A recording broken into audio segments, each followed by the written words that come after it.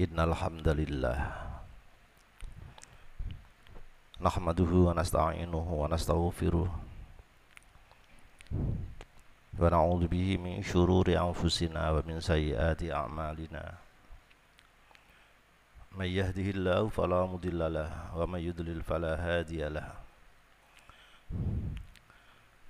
Asyhadu an la ilaha illallah wa asyhadu anna sayyidana Muhammadan abduhu wa rasuluh. Allahumma sholli ala sayyidina Muhammad wa ala ali sayyidina Muhammad wa sallim tasliman katsira. Amma ba'd, fa ya ayyuhal muslimun ittaqullaha ta'ala mastata'tum wa qad fazal muttaqun. A'udzu billahi minasyaitonir rajim. Wa wassaynal insana biwalidayhi ihsana.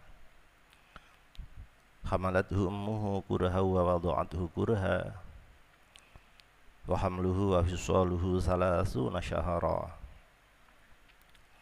hatta idza balagha ashuddahu wa balagha arba'ina sanatan qala rabbi auzi'ni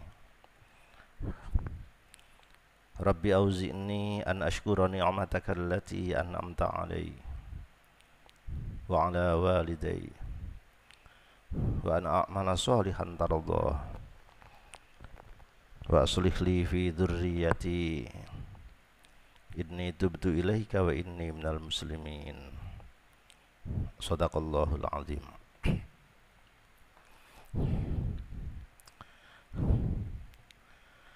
Masih menyambung materi khutbah yang kemarin tentang konsep Al-Quran buat orang yang sudah berusia 40 tahun. Apa yang mesti dilakukan? Hatta idza balagha ashuddahu wa balagha arba'ina sanah.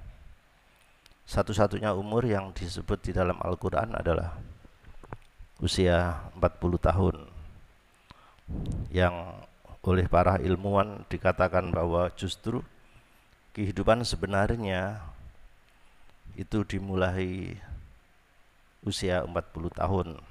Life begin at 40, yang oleh Al-Ahqaf ini ada 6 panduan, dan kemungkinan seri kali ini ke 24 atau keberapa sudah masuk yang ketiga, yaitu an a'mala sholihan tardoh, hidup berstandar Tuhan. Hidup berstandar Tuhan tidak berarti mutlak ibadah mahdhah, tetapi semua amal umat Islam itu betul-betul disukai oleh Allah. Allah itu tidak makan, tapi memberi makan. Allah itu tidak minum, tapi memberi minum. Segalanya diservis oleh Allah. Yang beriman diapresiasi secara totalitas. Yang kafir pun diberi rahmat. Dari Al-Asma'ul Husna, 99 sifat Allah, yang terdepan justru Ar-Rahman, memberi rahmat kepada seluruhnya. Itu menunjukkan ciri orang iman yang substansial, tidak sekedar yang nampak di permukaan. Kemampuannya membedakan kapan harus berbaik-baik dengan orang dan kapan harus tegak atas nama Tuhan. Hadratus Syekh Kiai Haji Hasyim Asy'ari, pendiri pesantren ini, yang dulu pernah ketamuan Gubernur Belanda bersama rombongannya untuk merayu agar Hadratus Syekh bisa menjadi pimpinan ulama di Majelis A'la itu. Tetapi di balik itu ada bacaan-bacaan politik yang bisa menjebak Hadratus Syekh, bisa memecah belah antara umat Islam sendiri. Bagaimana kalau Hadratus Syekh sudah mbolo dalam satu pilihan utamanya disponsori oleh penjajah, maka pasti kiai-kiai yang lain yang berbeda akan tidak sependapat dengan beliau, dan itu merusak kesatuan. Tamu itu Van der Plas disertai ajudannya diterima di dalam samping masjid itu. Di tengah-tengah pembicaraan beliau mendengar anjing Belanda itu menggonggong di luaran pagar dan bertanya, "Apa itu anjing tuan?" "Iya." "Di mana?" "Di luar." "Kasihan dong, kepanasan itu. Masukkan di sini." Jadi yang dipinarakno di pesantren ini bukan hanya orangnya, tapi sak kiri pisan dikongkon mlebu, dikongkon ngiyup. Sakno. Masih uang kepanasan ya loro, masih kere kepanasan ya loro. Masukkan. Dimasukkan. "Pak Kiai, bukankah kaum pesantren itu alergi terhadap anjing?" "Siapa bilang? Tidak ada begitu. Katanya najis." Yang menghukumi najis itu kan kaum fikih saja, sementara anjingnya tidak mengerti apakah dirinya itu najis mughalladz atau enggak. Justru malah samponya anjing piaraan yang bagus-bagus itu jauh lebih mahal dibanding harga samponya santri biasa gitu.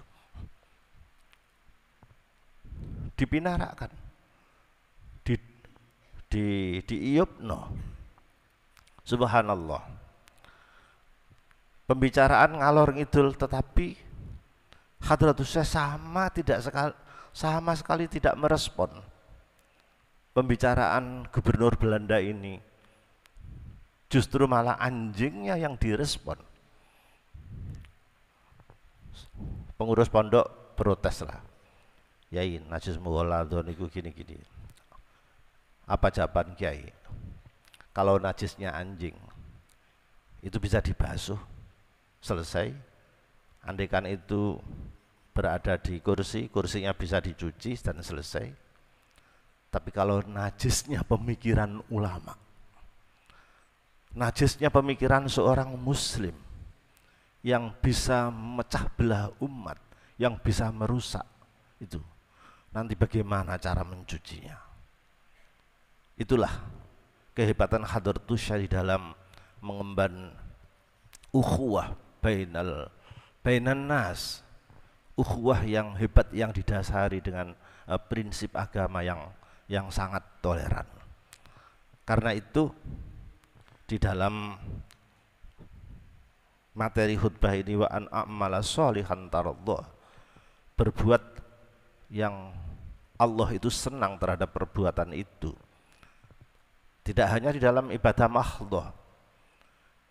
Kalau toh di dalam soal teologi, orang yang mendasari niatnya kepada Allah itu akan mendapatkan satu keajaiban yang tak pernah terbayangkan. Contoh sangat banyak di Al-Quran, di Al-Hadis, di kisah sangat banyak. Yang paling monumental menjelang Idul Adha ini, anak usia 13 tahun Sayyiduna Ismail bin Ibrahim alaihi wassalatu wassalam, kata ayahnya, "Nak, saya mimpi oleh Allah diperintahkan untuk menyembelih kamu. Piye pendapatmu?" Ismail kecil, Ismail Sam itu maknanya mendengar, ilih artinya hamba yang mendengar, yang gatekno semua titah, semua perintah Gusti Allah. Ismail tidak ada bahasa lain kecuali berstandar Tuhan. Hidup Ismail kecil berstandar Tuhan. Ya abatif alma tu'mar, monggo Pak, monggo silakan. Subhanallah, karena hidupnya ini berstandar Tuhan, begitu dilaksanakan hanya kurang sepersekian detik mau disembelih, secara cepat kilat diganti dengan bidhibihin azim, dengan kambing yang bagus, Tidak perlu dipikir. Malaikat itu waktu itu nyiapno wedhuse iku kapan ya? Gak perlu dipikir. Karena ini seluruhnya adalah kekuasaan Allah yang tidak pernah kita bayangkan. Itu hidup berstandar Tuhan. Hidup berstandar Tuhan yang teraplikasikan terhadap rahmat hambanya. Sama. Kita lihat negara yang ada di sebelah selatan Afrika, negara kepulauan Mauritius, penduduknya mayoritas non-muslim, yang beragama Islam cuma 17%. 17% beragama Islam. Tapi negeri itu mempunyai komitmen, rakyatnya mempunyai komitmen membangun negara. Semua kekayaan negara diperuntukkan untuk rakyat. Itu komitmen, sehingga orang banyak yang tidak mau mencalonkan diri menjadi presiden, itu gak mau karena abot amanatnya. Semua kekayaan negara harus untuk kesejahteraan rakyat total. Dekade ini, kemarin ini, yang menjadi presiden seorang perempuan, namanya Dr. Aminah Ghurib Al-Fakhim, S3 bidang kimia biologi. Hampir terpilih secara aklamasi meskipun melalui jalur pemilihan. Subhanallah. Pendidikan gratis, perumahan subsidi, kesehatan gratis, semua memang dia berstandar Tuhan. Wa an amala sholihan tardha. Pimpinannya itu memang hebat. Dia seorang muslimah yang bersikap tegas atas nama Allah, tapi kesejahteraannya untuk semua rakyat. Semua. Kalangan Nahdien menyebut rahmatan lil alamin, tapi temenan gak rahmatan lil kelompok, tapi rahmatan lil alamin total. Subhanallah. Penghasilan per kapita kalau diuangkan per bulan di sini, rata-rata per bulan pendapatan mereka itu 19.600 US dollar atau sekitar 23 juta. Jombang mek piro? Ongkos terendah mek 2.400 sudah berapa? Padahal kiai ini akeh Jombang timbangannya di situ. Untuk itu janji Allah, la fatahna alaihim barakatim minas sama'i wal ard, akan dibuka keberkahan langit dan bumi. Ternyata bukan di sini. Justru di negara itu yang memang masyarakatnya betul-betul wa an amala sholihan tardha. Di negeri ini aku gak ngundat-ngundat loh ya. Rakyat wis kelepek-kelepek. Kena corona hebat. Lho ngono iku lho, regane swab PCR. Ya itu bisa di atas 2 jutaan loh, kok mentolo. Padahal menurut TV kulaane iku mek 100.000. Kok ya bisa ya gitu itu. Saya mau tanya, saat itu pemerintah standarnya apa? Standar keuntungan pejabat atau standar Tuhan? Sama.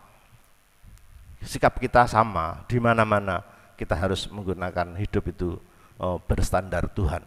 Maka hebat, bertakwa, berbuat baik dan lain-lain. La fatahna alaihim barakatim minas sama'i wal ard. Mudah-mudahan bermanfaat. Barakallahu li wa lakum fil Qur'anil azim wa nafa'ana bihi wa iyyakum lima fihi minal ayati wa dzikril hakim. Wa taqabbala minni wa minkum tilawatahu innahu ta'ala jawad. Malikum barur raufur rahim. Walhamdulillahi rabbil alamin.